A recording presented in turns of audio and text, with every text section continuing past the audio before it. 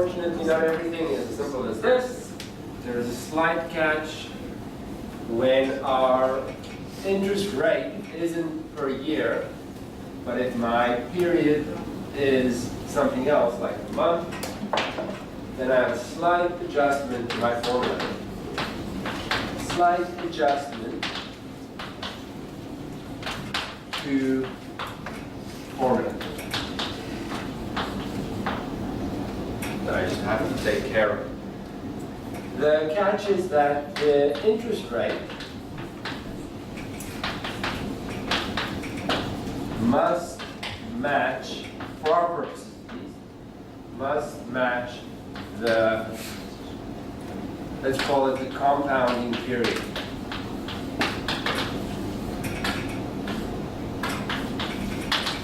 What I mean by that is that if interest gets added to my amount every year, then the interest rate that I work with is going to be per year. If the interest is added every month, then I need to work with the interest rate that is monthly as well. So my formula is going to be, it's going to look the same, but I have to adjust the interest rate. I'm going to call it I for interest rate. Now, N is the number of periods, not necessarily a year. If they, whatever they're telling me the period is. And I is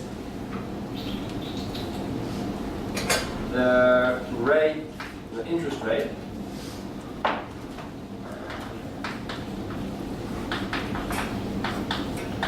per period. What does that mean? For example, if I have a monthly compounding period, my interest gets added every month, then I is going to be the annual interest rate divided by 12. I just break it up into 12 little pieces for every month, because there are 12 months in a year. If my interest gets added quarterly, then my interest rate per period, which is a quarter of a year, is going to be the annual interest rate, which is always going to be R, divided by 4. So I just have to break up the annual interest rate into little pieces according to the period that they want to use. So as long as you keep an eye out for that, usually the question will give you the annual interest rate, but the compounding period is different, maybe per month. Then I have to break up that interest rate into 12 little pieces, and that's the interest rate that gets used here, because it gets updated every month. And that then counts the number of periods, for example, the number of months. So as we do an example, it should be a little bit better. And you'll start to see that the examples look the same. They repeat themselves pretty often. And it's just a matter of getting used to how they're phrased and getting used to looking out for certain things. All right. Let's do example 2. Now, as I said, I get these questions from books and they use these weirdest names. I don't even know how to pronounce it. A person invests $3,800 at 2% compounded semi-annually for 2 years. What does semi-annually mean? Twice a year. Sure. Twice a year. For 2 years. What is the future value or the accumulated amount at the end of that time? And how much interest will, I guess, she earn over a 2-year period? So I just want to make sure I know what I'm given and what I'm trying to find. So what is given here? My original amount, $3,800. My annual interest rate is 2%. So that means the interest rate that I'm talking about, let's say here, this is per year, and I want per, I guess, half year.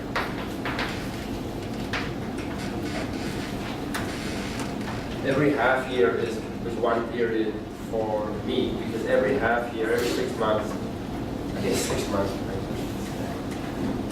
for a 6 month period. Every 6 months, the interest gets added, so that's my period here. So I take this annual interest rate and I'm going to divide it by 2, because there are 2 periods in 1 year. You can leave it like that. What else do I have? The number of periods in the time that they're looking at. They're looking at 2 years, so how many periods are covered in 2 years? 4. 2 per year, 2 years, 4. What is my amount at the end? I apply it with my formula.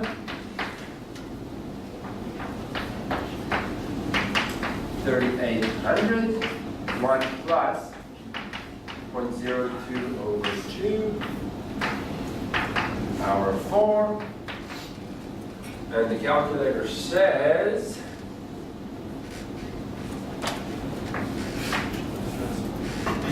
3,954,2,952. So I get approximately 3,954 and 20, no, I guess it's around 30 cents.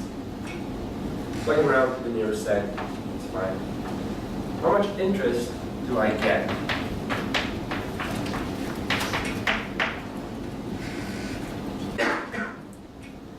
much interest do I get? Or how do I determine the interest? You're going to subtract from the total value minus 3,800. So this is how much I have at the end. I started with 3,800, so my interest is 154 and 30 cents. To some, this is pretty straightforward. To others, it's not. So I don't want to assume anything.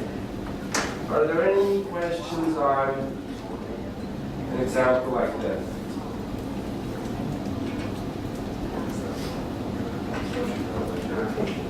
Any questions? Yes. So I think I just got lost there. So how do you pick the last number, the 154 and 30? You take. So this is after 2 years. This is how much money I have. Okay. In the beginning, this is how much money I started with. Everything else on the way was interest. So I just subtract. So it's very important that we are perfectly happy with everything that we say today, because Wednesday is a step up from this. And if you're not sure about how to work with compounding interest, then it's going to be confusing on Wednesday. But the reverse is also true. If you are perfectly happy with Wednesday, Wednesday should be fine. So I just want you to be ready. And then we're almost done. So the end is inside. Number 3 of 3. Did you say that quiz is on Wednesday? What's on Wednesday? The next lecture, which uses this a lot. Sorry, yeah. No, the quiz is Monday. This is scary. A loan of 8,000 for 2 acres of woodland is compounded quarterly at an annual rate of 6% for 5 years. What is that new amount and what is the interest? Pretty straightforward. What do I have? I'm given my original amount, 8,000. I don't care why it is, or what it's used for. Annual interest rate is 6%, so 0.06, and that's per year. What is the interest rate that I'm looking at, or what is the period that I'm looking at? What do I do to find the interest rate per period for this question. What do I do? Before divided by 4, no, 0.06 over 4. Because my period is a quarter of a year. So I take the annual one and divide it by however many periods fit into a year. And then I need to know the number of periods that the investment or whatever is running. That is 5 years, so 20. 20 periods. 4 per year for 5 years. 4 times 5. It's right here. 4 times 5. So my amount at the end, I'll put it into my formula. And that's going to be 8,000. 1 plus. I leave it like this. I don't find this number first because what if it's a repeating decimal and I have to round it and I lose a little bit of accuracy? So I just leave it like this. To the power of 20. What do we get there? So make sure you can calculate that your calculator is actually your friend and will help you to find the answer. What do I get?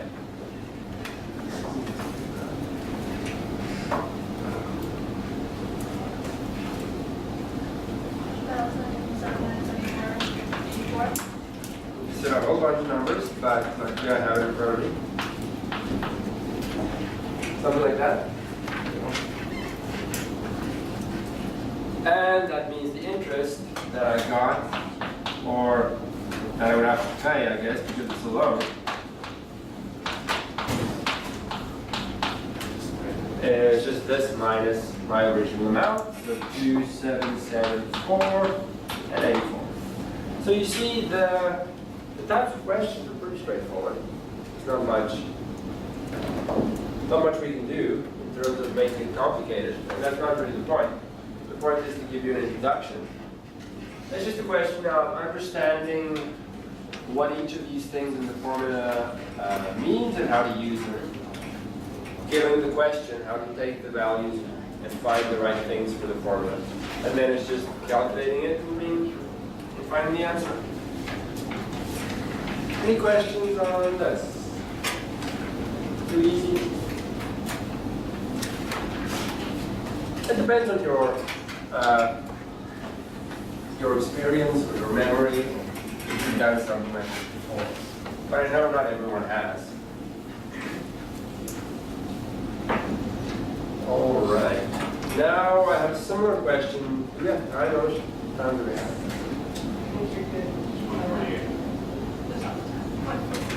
Oh, well. I have a similar question to the one we saw last time. Suppose you have an investment that earns compound interest every year. So my period is a year, just make it simple. For the last 5 years, the annual interest rate in percentage were as follows. So I had a fluctuating interest rate. Changed every year. The average interest, like we calculated it last time, 6.52. So if you add up all those, you divide it by 5, you get 6.52. Is that actually the interest, when I now talk about compound interest, is that actually the interest rate that I get? So think of it this way. I came across this somewhere, I can't remember where now. Someone's trying to sell you an investment, to sell you on going for an investment, and they tell you, oh, there's some fluctuation within the last 5 years, and that averages out to 6.52, so you're going to get 6.52% interest essentially. It's compounded every year, so every year your interest gets added, and you get interest on that. Is that 6.52 actually correct? It's an average, so why would you question it? And if it's not correct, what is the actual interest rate? As if it was consistent. What is the equivalent consistent interest rate that give you the same end result? How would you approach something like this? Well, regardless of what my amount is, let's say P is my original amount. Doesn't matter. My original amount. And let's say R is the actual interest rate that I'm getting. Or the equivalent interest rate.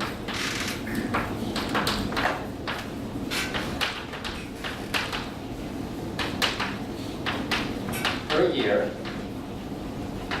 Everyone happy with the question, what we're trying to find? No? What did I do? Oh, because I say it one way and I write it a different way. Fair enough. Fair enough. If that's your only issue, then I can deal with that.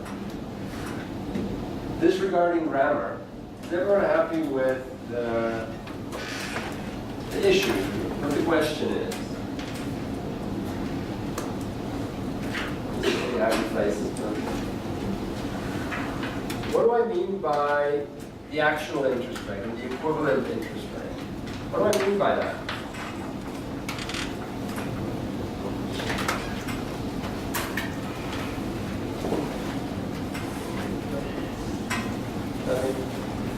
Okay. So then, let's say it like this. Let's say it like this. My end amount after 5 years using R should be the same as my end amount using accumulated amount, whatever, using table value. That means that if I take my original amount, compounded for 5 years with an interest rate of R, that's going to be the calculation for how much money I have at the end. If I use the table, well, I start with P, I don't know, it could be anything. You might have $1 million, I don't have $1 million. I increase that according to the table. In year 1, that gets increased by 7.5%, so 1.075. That's how much money I have at the end of year 1. That then sits for another year, and that gets 2.7%. So that whole thing times 1.027. That sits for another year and gets 9.4%. And after that gets 4%, and then 9%. Everyone happy where I get this equation? Okay. So a question like this tells me if I understand how compound interest really works, and if someone's trying to sell me on some investment because they get commission or something if they get enough people to sign up, because they say it's 6.52% that I'm getting, doesn't mean it actually is. I come across things like that, and it just sounds better than it actually is. And if you have an understanding of these things, you can say, no, wait. What you're saying is no, it's not right. This week I had this happen. So if I now solve for R in this equation, I divide both sides by P, so my original amount doesn't really matter in terms of finding the actual interest rate that I get. I get 1 plus R to the power of 5 equals this product. Now let's leave it in its detailed form. And then we write it out again. 1.04, 1.09. Now, we didn't really do equations like this. But in order to get rid of this power of 5, what can I do? I have to take the 5th root on both sides. And my calculator has things like that built in. Then I have 1 plus r equals this. The fifth root of this product. Your calculator has things like that built in, so I can find this number. What do I find? I find 1 plus r equals 0.0648. So that means that r is, subtract 1 on both sides, so 0.06485, which implies that I have 6.49% that I'm actually getting. And the actual interest rate is always going to be less than the normal average that I get. This is less than advertised. But it's also a way of finding an average. It's just a different way of finding an average because I have a different type of calculation where I'm multiplying these things, I'm not adding them. We call this geometric average.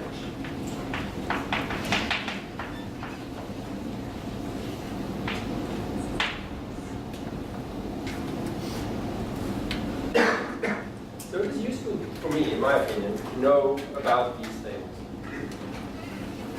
To know that there are different ways of calculating an average depending on the type of problem I have. And if someone tries to, I think if you ask someone on the street, they only know one type of average calculation, where I add up the values and I divide by 5. But in this case, that doesn't give me an accurate number.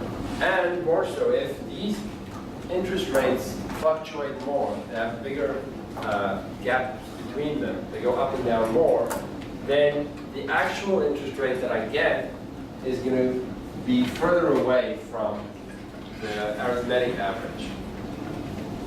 Any questions on this? I thought it was interesting to see something else that you have to be careful when you talk about average and what is the actual constant rate that you get if you have fluctuating values. It's not always so simple. That's all I have. So make sure that you understand all this compound interest calculations so that Wednesday will be as easy as possible.